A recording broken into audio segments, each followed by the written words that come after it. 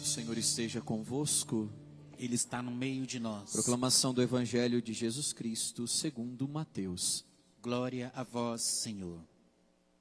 Naquele tempo, disse Jesus aos seus discípulos: Pedi e vos será dado, procurai e achareis, batei e a porta vos será aberta. Pois todo aquele que pede, recebe, quem procura, encontra, e quem bate, a porta será aberta. Quem de vós dá ao filho uma pedra, quando ele pede um pão? Ou lhe dá uma cobra, quando ele pede um peixe? Ora, se vós que sois maus, sabeis dar coisas boas a vossos filhos, quanto mais vosso Pai que está nos céus dará coisas boas aos que lhe pedirem. Tudo quanto quereis que os outros os façam, fazei também a eles. Nisto consiste a lei e os profetas. Palavra da salvação. Glória a vós, Senhor. Naquele dia em que gritei, vós me escutastes, ó Senhor. Naquele dia em que gritei, vós me escutastes, ó Senhor. Mais uma vez. Naquele dia em que gritei, vós me escutastes, ó Senhor. Naquele dia em que gritei, vós me escutastes, ó Senhor.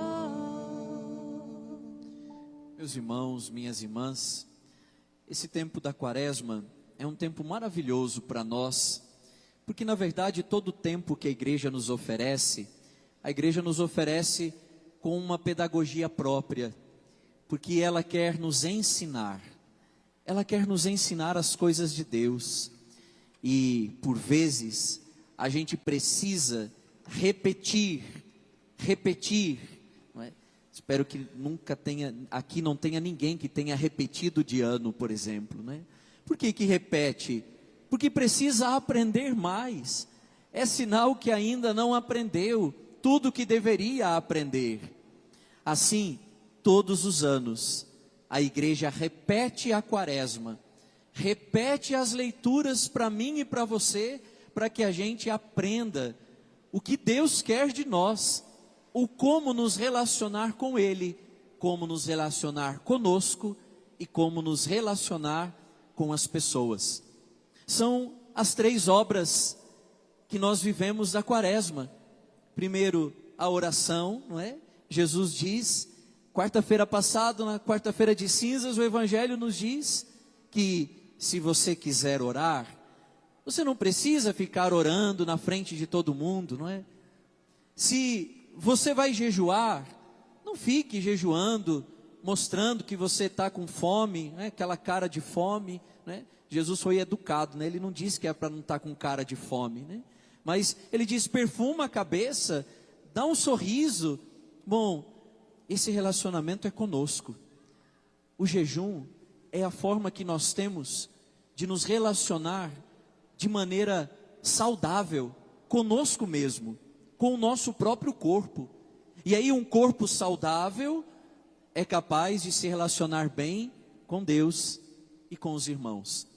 E a caridade, a esmola, a maneira que nós temos de nos relacionar com a pessoa que está ao meu lado, que não é o resto que está me sobrando, mas é o que a pessoa tem de direito. É justiça nós darmos para os outros aquilo que o outro tem de direito. Por exemplo, você é casado, é justiça você dar atenção à pessoa com quem você casou. É questão de justiça. Então, a Quaresma é esse tempo maravilhoso. E nós, aqui nessas missas, clamando por milagres, nós estamos vivendo a nossa campanha de oração, que é a campanha de oração vencendo as tentações. E hoje a liturgia nos ajuda muito com uma das tentações, que é a tentação do ser, que é mais conhecida como a tentação da vaidade. A vaidade é essa, segundo o dicionário, né, a qualidade daquilo que é vão, que é ilusório, que é inevitável e pouco duradouro. Tudo aquilo que não toca a eternidade é vaidade, porque é coisa que passa, é coisa que se esvai. Isso é a vaidade, aquilo que é imoderado de atrair seres humanos e homenagens. E nós, meus irmãos, corremos o risco de tirarmos Deus e colocarmos nós. A grande tentação, e que vai girar em torno disso, é tirar a Deus e colocar eu. Como o padre disse semana passada, menos eu, mais Deus. Ou mais Deus, menos eu. E como que a gente vence essa tentação do ser, essa tentação da vaidade, essa tentação de olhar somente para nós, de querermos somente a nossa vontade? Jesus venceu no deserto, quando o diabo leva Jesus para um alto monte, para um lugar alto. Veja, aí já dá uma sensação de onipotência, não é? De ser o melhor. E o diabo diz para ele assim: olha, se joga daqui para baixo, porque a palavra diz que o Senhor enviará os seus anjos e te socorrerão. Você não vai tropeçar em nenhuma pedra. O diabo disse para Jesus. O diabo estava errado? Sim ou não? Não, porque o Salmo diz isso. É real. Deus vai nos proteger. Todas as vezes em que nós precisarmos dele, ele vai nos proteger. Só que no que ele estava errado? Ele dizer que era a hora que Jesus quisesse. É como que se nós mandássemos em Deus, é como que se nós nos inflássemos de nós mesmos e disséssemos para ele: agora você vai me servir. Isso está errado, meus irmãos. Nós não fomos feitos para isso. Nós não fomos feitos para dominar a Deus. Não fomos feitos para mandar nele. Nós somos feitos para fazer a sua vontade. E essa talvez seja o grande motivo, ou o grande meio para nós quebrarmos a nossa vaidade, para nós quebrarmos aquilo que é ilusório, aquilo que é passageiro, é a oração. E como a oração, dentro desse tempo da quaresma, é a maneira que nós temos de nos relacionarmos com Deus, então vem aqui a primeira leitura. A rainha Esther. Quando nós pensamos em oração, a gente pode até pensar numa fuga da realidade. Tem muita gente que diz para nós assim: esse aí é alienado, vive rezando. Não sei se você já ouviu isso. É um iludido, está perdendo tempo, vive fora da realidade. Pelo contrário, a gente reza porque nós acreditamos que nós não estamos sozinhos. Não é uma fuga, pelo contrário, é um encontro. Oração não é fuga da realidade. Oração é um encontro. Porque chega um momento da nossa vida em que todas as pessoas parecem ir embora, em que não parece ficar ninguém para nos ajudar. Aquele momento da sua vida, da sua existência, que você diz: cadê as pessoas? E que às vezes nem com o seu esposo, com a sua esposa, com o seu filho ou com a sua filha, você pode contar. E quando você se coloca em oração, você não está fugindo da realidade. Você está indo atrás de alguém que vai te ajudar. Você vai ter um encontro com Deus. Esther, antes de chegar ao rei, não sei se você conhece este livro de Esther.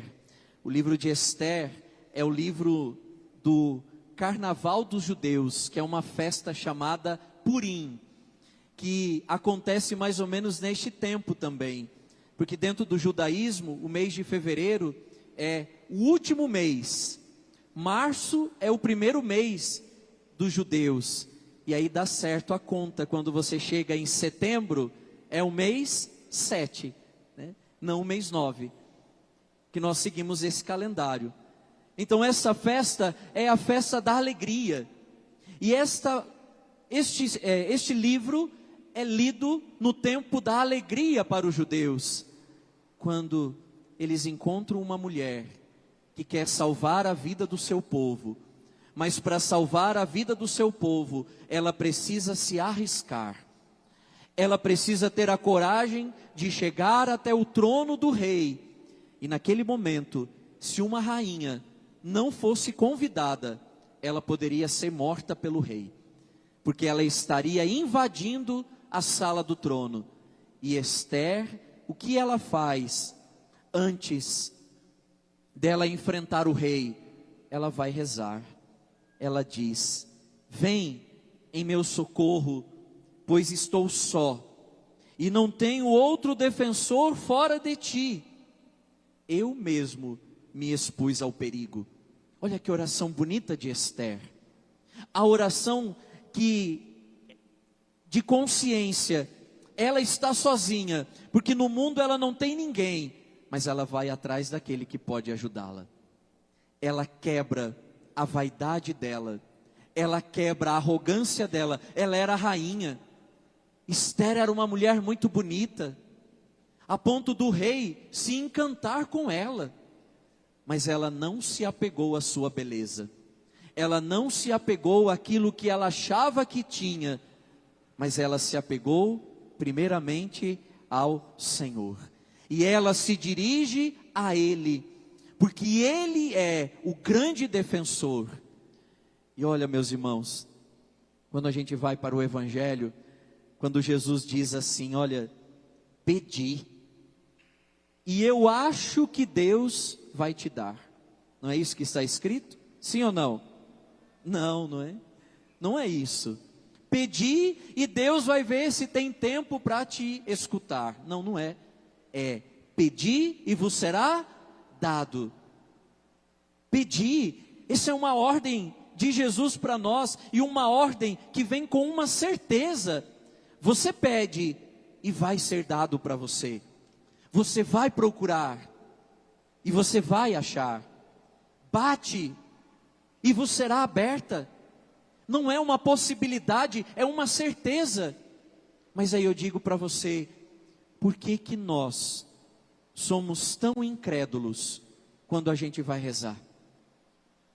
Por que que a gente ainda duvida tanto que Deus vai nos dar quando a gente tem a coragem de pedir? Porque aqui está o segredo. Jesus diz assim: quem de vós dá ao filho uma pedra quando ele pede um pão? Quem de vós vai dar uma cobra quando o filho pede um peixe? E aí, aqui está o segredo: se vocês são maus e sabem dar coisas boas, quanto mais o Pai do céu. Sabe qual é o segredo? É nós nos relacionarmos com Deus como Pai. Nós temos dificuldade com isso. A gente ainda se relaciona com Deus com um ser muito distante, como o nosso inimigo. A gente se relaciona com Deus e esquece que Ele é Pai, e que nós podemos chegar diante do Pai e pedir, chegar até Ele e abraçá-lo e clamar e pedir. Mas aí talvez entra um grande mal, é porque nós comparamos o Pai do céu com o nosso Pai. Quando nós falamos Pai, a primeira coisa que vem à nossa mente é o nosso Pai terreno. E por mais que o nosso Pai quisesse e tentasse, Ele errou, Ele nos decepcionou. Chegou um momento da vida que talvez você esperava um grande brinquedo, um grande presente no Natal, e não chegava nada, não é? Como nós, como crianças, criamos expectativas, né? É próprio da criança criar expectativa. E talvez você foi frustrado na sua expectativa de criança, de adolescente, de jovem. Talvez você buscou refúgio no teu pai e você não encontrou. Você só encontrou desprezo, você só encontrou ingratidão. E aí você corre o risco hoje de achar que quando você se relaciona com Deus, você está se relacionando com o seu Pai. E aí vem o grande perigo: a gente se relaciona com Deus e nós achamos que a vontade dele vai ser contra a minha vontade. A gente já chega para Deus dizendo assim: olha, talvez não seja da tua vontade, ou talvez você vai dar ao contrário do que eu estou pedindo, porque a gente chega longe de um relacionamento de filhos. Nós temos um relacionamento muito mais de escravos e de mercenários do que de filho. Sabe quando é um relacionamento de escravo? Quando você faz por obrigação. Sabe quando é o de mercenário? Quando você quer receber, ou quando você está fazendo um comércio com Deus. Quantas vezes, né, nós fizemos um comércio com Deus? A gente diz assim: Senhor, já tem 8 dias que eu estou levantando às 4 da madrugada, hein? O Senhor não esqueceu de mim não, né? Já são 8 dias de fidelidade. Tudo bem que se contar as horas vai dar poucas, porque a maioria eu já cochilei, né? E a gente vai contabilizando o nosso relacionamento com Deus. Jesus, estourou o meu terço, então é sinal que eu estou rezando muito. O Senhor está vendo, né? O meu terço estourando. A gente se relaciona, mas a gente se relaciona como um comércio. A gente sempre quer de Deus o que eu estou dando para Ele. E aí, minha gente, isso não é relacionamento de filho. Isso não é relacionamento de filho. Isso é relacionamento de mercenário. E Jesus está dizendo para mim e para você: se relacione como filho. E você vai chegar diante do teu Pai. Você vai chegar diante de Deus. E vai ter a certeza de que Ele vai te ouvir. Não é na sua hora. Não é no seu momento, não é no momento em que você quer, mas vai ser na hora em que Ele achar bom para você. Porque quando a gente é filho, a gente não é pai. Nossa, lembra uma filosofia meio estranha aí, né? Porque quando a gente é filho, nós não podemos achar que nós somos o pai da relação, em que o pai é que manda, em que o pai é que vai dizer sim e não. Quantas vezes a gente teve medo, né, de chegar para o pai, porque era muito mais fácil chegar para a mãe, não é? A mãe, ela tem o coração um pouco mais amolecido, né, pelo menos na maioria das vezes. E aí quando ela falava assim: vai pedir para o seu pai, eu falei: ih, meu Deus, agora ferrou o negócio, né? Agora é que não vai dar certo. Pede lá para o seu pai. A gente vai com medo. Por que será? Por que será que a gente tem medo de nos relacionarmos com Deus? Porque a gente tem medo dele negar para nós o que nós estamos pedindo. Por que será que a gente coloca esse temor dentro de nós, quando nós vamos chegar até Deus, e Jesus está dizendo para mim e para você: Ele é Pai, e Ele vai ouvir a nossa súplica, mas depois que nós rezarmos, nós também precisamos confiar, que aquilo vai acontecer, mas a gente já vai com dúvida, a gente reza, fica 1 hora em oração, e a gente sai nos perguntando: será que Deus vai me dar? Será que Ele vai fazer mesmo? A gente tem dificuldade de acreditar em Deus. Para ilustrar, vocês vão perceber que vira e mexe eu tenho uma historinha para contar, né? Isso nos ajuda bastante a entendermos. Um dia, eu sempre falo assim: olha, se você já conhece a história, dê risada como se você nunca tivesse ouvido, ou faz uma cara de espanto como se você nunca tivesse ouvido, né? Um dia, um alpinista, ele resolveu escalar uma montanha. E quem conhece o alpinismo sabe que você precisa traçar metas, não é? Até você chegar.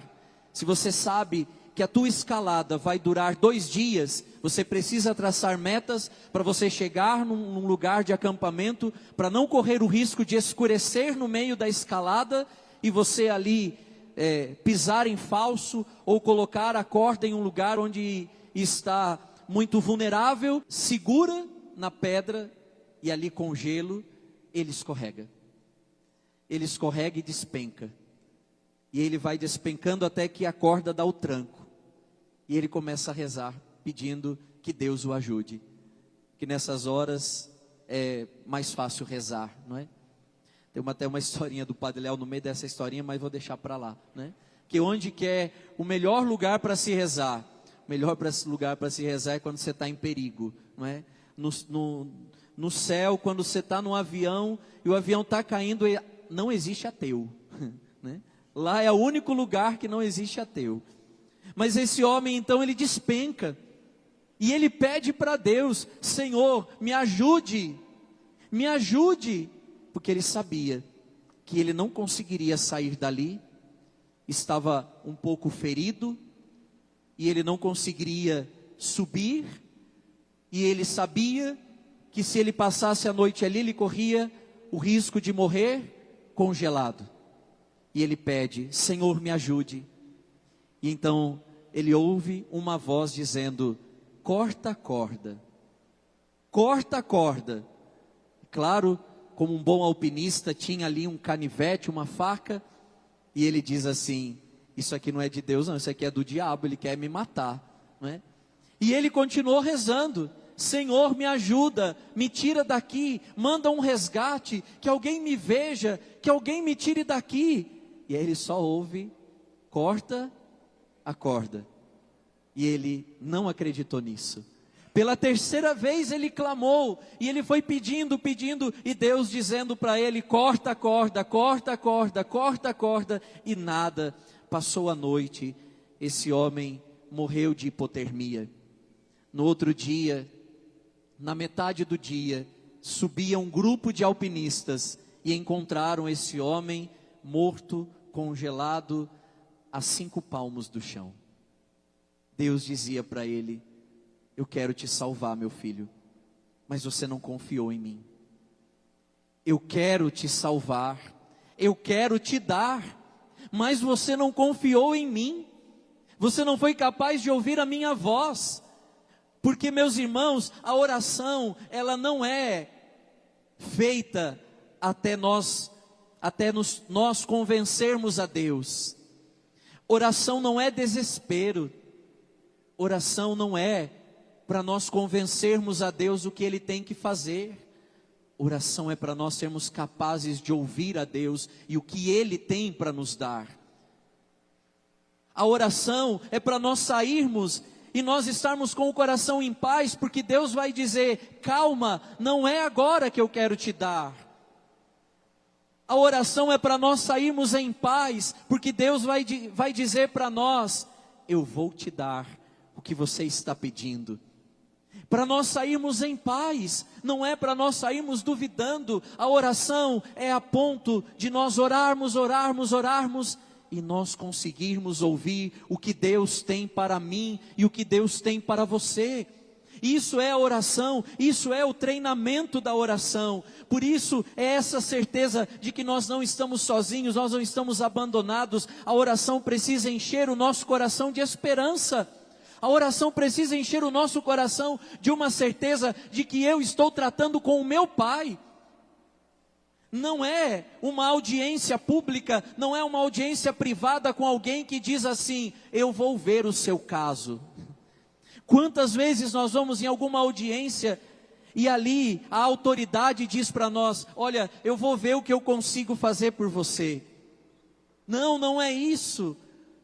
A nossa presença em Deus, nós precisamos sair com essa certeza de que Ele vai nos atender. Pedi e vos será dado. Batei e a porta será aberta. Procurai e você vai encontrar. Mas a gente precisa aprender a nos relacionar com Deus como um pai e não como nosso inimigo. Precisamos aprender, meus irmãos, e é necessidade para nós. Por que será que muitas coisas não acontecem? É porque a oração não tem poder? Não, é porque eu e você duvidamos. Porque se nós acreditássemos mais, o Senhor nos daria mais. Porque aquele que tem, vai ser dado muito mais. Deus tem muito para nos dar, mas ainda nós duvidamos demais. E no tempo em que nós vivemos, com essa sociedade em que nós estamos vivendo, até mesmo com falas em TV aberta dizendo que não foi Deus que nos criou, fomos nós que criamos a Deus. E como nós estamos sendo contaminados por essa mentalidade pagã, errônea. Não foi o homem que criou a Deus, não é o homem que cria a sua divindade. Isso é para os gregos, isso foi para os romanos, mas para nós, que viemos os judeus, que somos cristãos, nós acreditamos, Deus é que nos criou. E porque Ele nos criou, Ele é o nosso Pai, e o Pai tem o melhor para nós. Então olha para quem está do seu lado e diz assim: o Pai do céu tem o melhor para você. Só que, meus irmãos, nós precisamos ter a coragem de cortar a corda. Nós precisamos sair da nossa vaidade. Nós precisamos sair do nosso orgulho. Nós precisamos quebrar a nossa arrogância. Nós precisamos nos rebaixar. Nós precisamos ter a coragem de nos dobrar diante da vontade de Deus, porque nós rezamos todos os dias: seja feita a minha vontade, assim na terra como no céu. É assim que a gente reza? Mas é assim que a gente vive. A gente não reza assim, mas a gente vive assim. Seja feita a minha vontade, assim na terra como no céu. Mas Jesus nos ensinou a rezar como? Seja feita a vossa vontade. Essa seja a mais dura parte dessa oração. Porque nós ainda somos vaidosos demais para aceitarmos que as coisas não acontecem no nosso jeito, na nossa hora e no momento em que eu quero, do jeito que eu quero. A gente ainda faz: Senhor, seja feita a minha vontade, por favor, meu Deus, me ajude, seja feito do jeito que eu quero, na hora em que eu quero. Mas nós queremos nessa noite, meus irmãos, rezar para que o Senhor quebre de nós toda vaidade.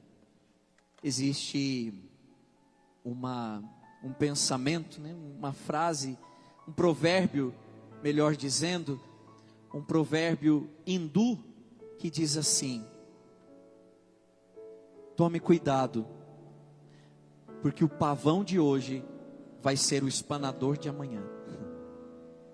Cuidado, porque o pavão de hoje, quem se acha muito, quem quer que tudo seja do seu jeito, quem fica se exibindo, cuidado, você pode se transformar num espanador.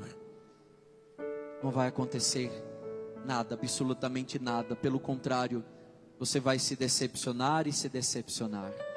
Mas a palavra de Deus diz: aqueles que confiam no Senhor não sairão decepcionados. Quem confia em Deus não será decepcionado. Meus irmãos, não há ninguém neste mundo que tenha rezado a Deus e que Ele não tenha atendido. Pode acontecer de demorar um pouquinho, mas Ele vai atender. Ele vai atender. Portanto, talvez hoje você esteja brigado com Deus. Você tenha colocado Deus como seu inimigo. Eu digo para você, não perca tempo. Porque se com Deus já está difícil, imagina sem Ele. Porque a lógica é essa: você está brigado com Deus. É a mesma coisa de você estar precisando de dinheiro e você brigar com o gerente do banco. Vai adiantar alguma coisa? Não, pelo contrário, vai ser pior, não é? Então, vamos fazer as pazes com Deus. Eu sinto que tem aqui no meio de nós duas pessoas que estão nessa fase da vida, brigados com Deus, porque Deus não dá o que você quer na hora que você quer. E aí você diz assim: Deus me abandonou. E você tem vivido uma vida muito triste, muito depressiva, porque você coloca a culpa em Deus. Essa noite é a noite de nós nos reconciliarmos com Ele. Então, se te ajuda, vamos ficar em pé e vamos clamar ao Senhor.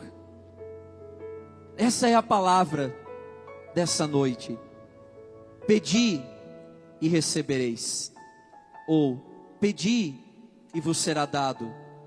Procurai e achareis. Batei e a porta vos será aberta.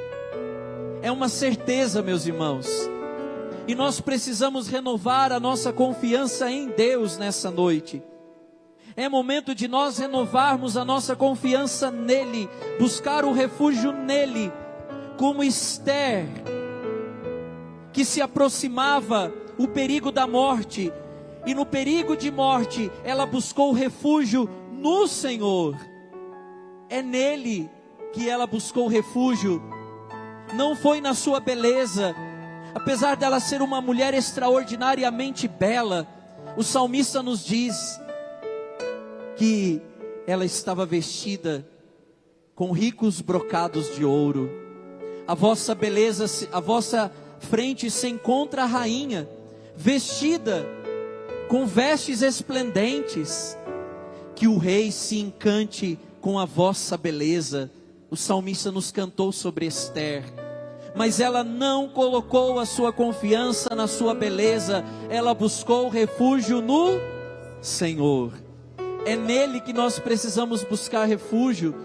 É em Deus que a gente precisa buscar o que nós estamos procurando, o que nós estamos buscando. Talvez você esteja buscando em lugar errado.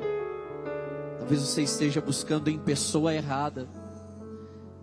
O que você precisa não está nas pessoas, e pessoa com letra minúscula, está na pessoa com letra maiúscula. Então pare de ficar buscando no mundo o que só Deus pode te dar. Só Ele pode preencher o teu coração. Só Ele pode te dar a verdadeira alegria, a verdadeira paz. Em meio às turbulências da vida, só Deus é o nosso cinto de segurança. Só Ele pode nos dar segurança. Por isso, Senhor, nessa noite, nós invocamos o Teu nome, Jesus. Nós invocamos, Senhor, porque nós temos a certeza de que se eu pedir, de que se nós pedirmos, o Senhor vai nos dar, o Senhor nos dará. Pedi e recebereis, buscai e achareis. E é isso, Senhor, que nós clamamos e pedimos nessa noite, Senhor. Vem em nosso socorro, Jesus. Vem em socorro à nossa desconfiança. Cura, Senhor, o nosso coração machucado e ferido pelos relacionamentos que nós tivemos com o nosso Pai da terra. E dai-nos a graça de nos abrirmos a um novo relacionamento, agora com o Pai do céu. Batiza-nos, Senhor, na confiança. Batiza-nos na confiança, Senhor.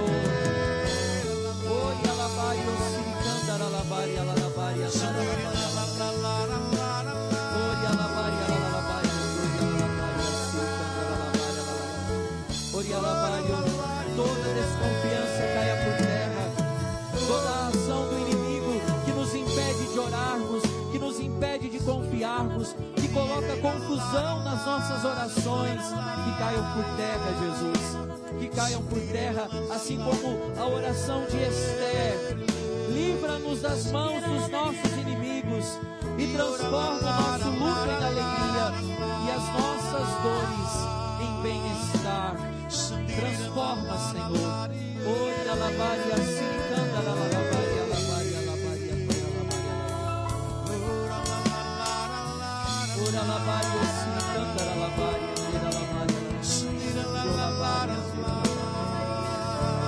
se eu orar, se eu clamar, eleva suas mãos.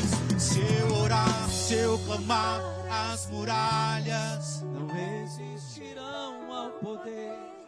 Se eu orar, se eu orar, se eu clamar, as muralhas não resistirão ao poder de meu Deus. Se eu orar, se eu clamar, as muralhas não resistirão ao poder de meu Deus.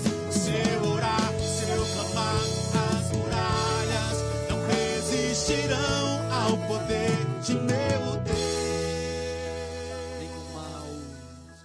nenhum mal irá resistir. Os mares irão se abrir quando a boca de Deus declarar Milagres. milagres neste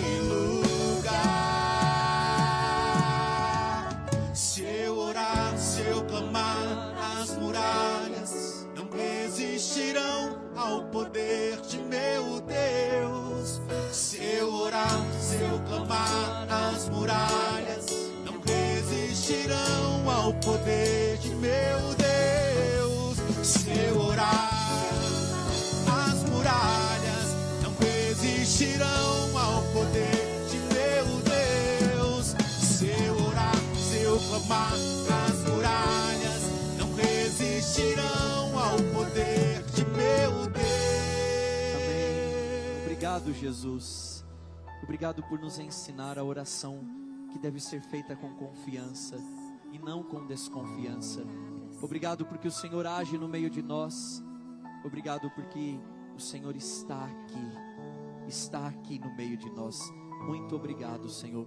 Nós te louvamos, nós te bendizemos, te adoramos, te glorificamos. Louvado seja nosso Senhor Jesus Cristo. Para sempre seja louvado. Amém. Amém.